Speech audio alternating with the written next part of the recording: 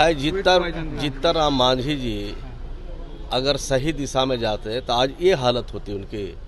जिसको राज का ताज पहनाया गया, जिसको नीतीश कुमार जी ने अपना ताज पहरा दिया और ताज की गरिमा को जब नहीं रखा तो अब ये क्या बोलते हैं उसका कौन क्या माने। बिहार को चाहिए विशेष राज्य का दर्जा, अब देश को चाहिए जाति आधारित गणना। बिहार में विकास की सियासत शुरू है, बिहार में तरक्की का काम शुरू है और बिहार में आपस में मिल्लत, भाईचारा और प्रेम का काम शुरू है बिहार में। खैर, आप देख रहे हैं द एसडी न्यूज और मैं हूं निखिल। देखिए, बिहार विधानसभा के सत्र में क्या कुछ हुआ है आप भी देखे होंगे। किस तरीके से नीतीश कुमार ने महिलाओं के लिए, हालांकि वो जनसंख्या नियंत्रण पे बता रहे थे, निखिल कुछ ऐसा बोल गए जिससे काफ़ी फर्जियत हो गई है नीतीश कुमार की। उसके बाद जो है जीतन राम मांझी को कई ऐसे शब्द बोल दिए हैं जिससे अब बिहार में उन पर आरोप प्रत्यारोप का दौर जारी है।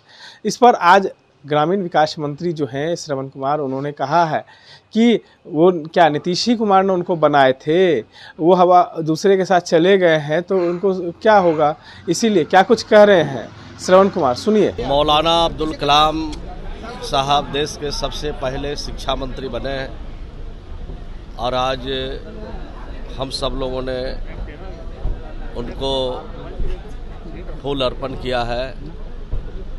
जिस प्रकार से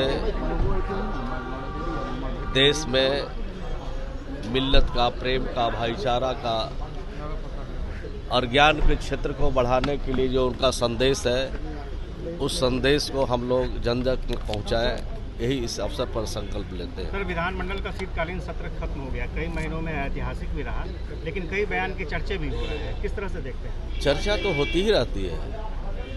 सत्र जो जब चलता है तो चर्चा होती है, अच्छाई की भी चर्चा होती है और बुराई की भी चर्चा होती है। लेकिन जिस तरह से भारतीय जनता पार्टी ने इस छोटे सदन में और जिस तरह से बिहार की सरकार और बिहार के मुख्यमंत्री जी ने ऐतिहासिक जो फैसला लिया, जिसका जोड़ा देश का कोई राज नहीं लगा सकता है, जाति आधारित जनगणना का जब रिपोर्ट पेश किया और उस पर जब बहस हुई तो जिस प्रकार से भारतीय जनता पार्टी ने उसको हल्के में लिया और देश के गरीबों के लिए, देश के जो अभी तक जो प्रताड़ित रहे हैं, देश में जो अभी तक बिहार में जो जिनको अधिकार से वंचित रहे, उन लोगों के लिए जब कुछ किया जाता है तो भारतीय जनता पार्टी सदन को नहीं चलने देते हैं और 3-4 दिनों तक लगातार सदन का कार्यवाही बाधित रहा।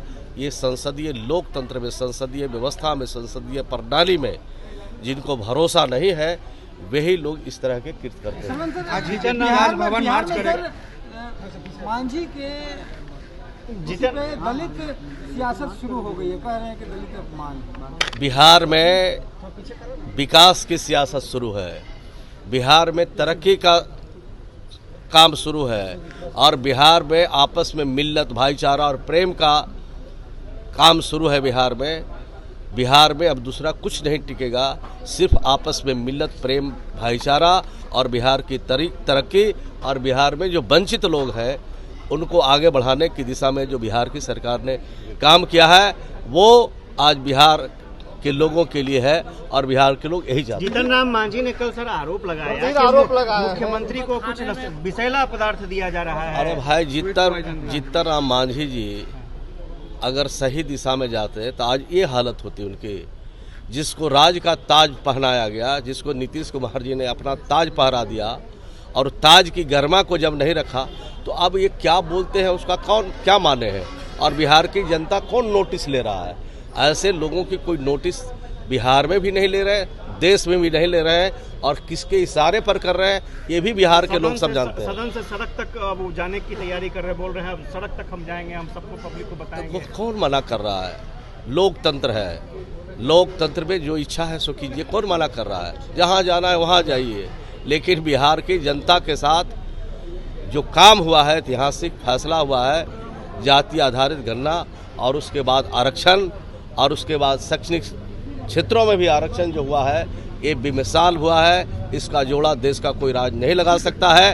अब तो बिहार को चाहिए विशेष राज्य का दर्जा, अब देश को चाहिए जाति आधारित घटना। तो आपने सुना कि किस तरीके से कह रहे हैं कि हम जीतन राम मांझी अब वहाँ चले गए और कहीं ना कहीं बीजेपी जो है वो नहीं चाहती थी कि सदन अच्छा से चले, और कहीं ना कहीं जो जनसंख्या नियंत्रण की बात नीतीश कुमार ने की है उस पर उन्होंने गलती है उनकी माफ़ी मांग लिए हैं, और तमाम बातों पर उन्होंने किस तरीके से अपनी प्रतिक्रिया रखी है। साथ ही साथ उन्होंने ये भी कहा है कि लगातार जब चुनाव आते हैं तो जिस तरीके से छापेमारी चल रही है ईडी की, लगातार शिकंजा कसा जा रहा है, उस पर उन्होंने कहा है कि जब जब चुनाव आएगा, नज़दीक आएगा, बीजेपी ऐसे खेला करते रहती है, हम लोग डरने वाले नहीं। इस तरह के तमाम अपडेट्स के लिए बने रहे न्यूज़ के साथ।